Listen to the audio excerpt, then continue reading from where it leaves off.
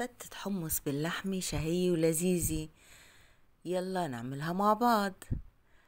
بنجيب الحمص بننقعه وبنسلقه لحتى يستوي ويصير بهذا الشكل. بنخليه على جنب. بنجيب نص كيلو لحمة مفرومة، 3 حصوص توم، لبن رايب، لبن زبادي، طحينة، والحمص بنصفي نصه وبنجيبه معنا بنحطه مع المكونات. وبنحتاج 2 ليمون حامض وملح وكمون. للتزيين بنحتاج بقدونس وأي نوع مكسرات موجود عندكم. وبنحتاج تقريبا 3 أرغفة حجم وسط. لتحضير اللحمة بنجيب 2 مكعبين صغار زبدة بنحطهم في القلاية بنسيحهم، بننزل اللحمة فوقهم، بنفرد اللحمة وبنسويها لحتى تنشف وتستوي وتضلها طرية، بس ما بنشفها كتير. بنحط عليها رشة فلفل أسود وشوية ملح وبنقلبها وبنخليها على جنب.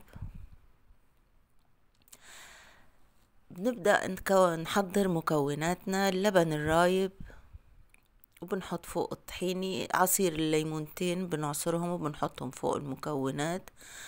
التوم دقناه ناعم وحطيناه فوق المكون، عصير الليمون، وبنخلطهم بنخفقهم مع بعض لحتى يصيروا بهذا الشكل. بنحط عليهم ملح وبننزل عليهم الكمون وبنخلطهم مع بعض.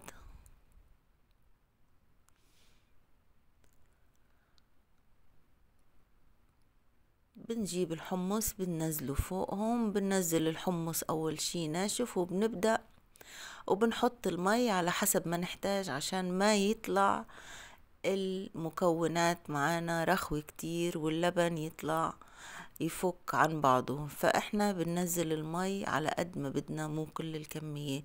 بنجيب صينية، الخبز بنكون قطعناه وشويناه حمصناه زي ما انتو شايفين بهذا الشكل، وبنبدأ نحط الخليط فوق الخبز وبنفرده على كل الخبز عشان يتشرب الخليط كله، وبنحركهم شوي تحريكة بسيطة عشان نفرد اللبن والحمص. بنحط اللحمة المفرومة فوق الحمص، بنحط المكسرات وبنحط البقدونس فوق المكسرات.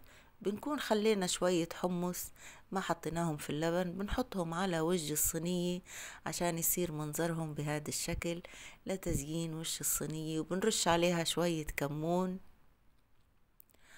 وصحتين أكل كتير لذيذة وظريفة، بتمنى تجربوها. يامي يامي.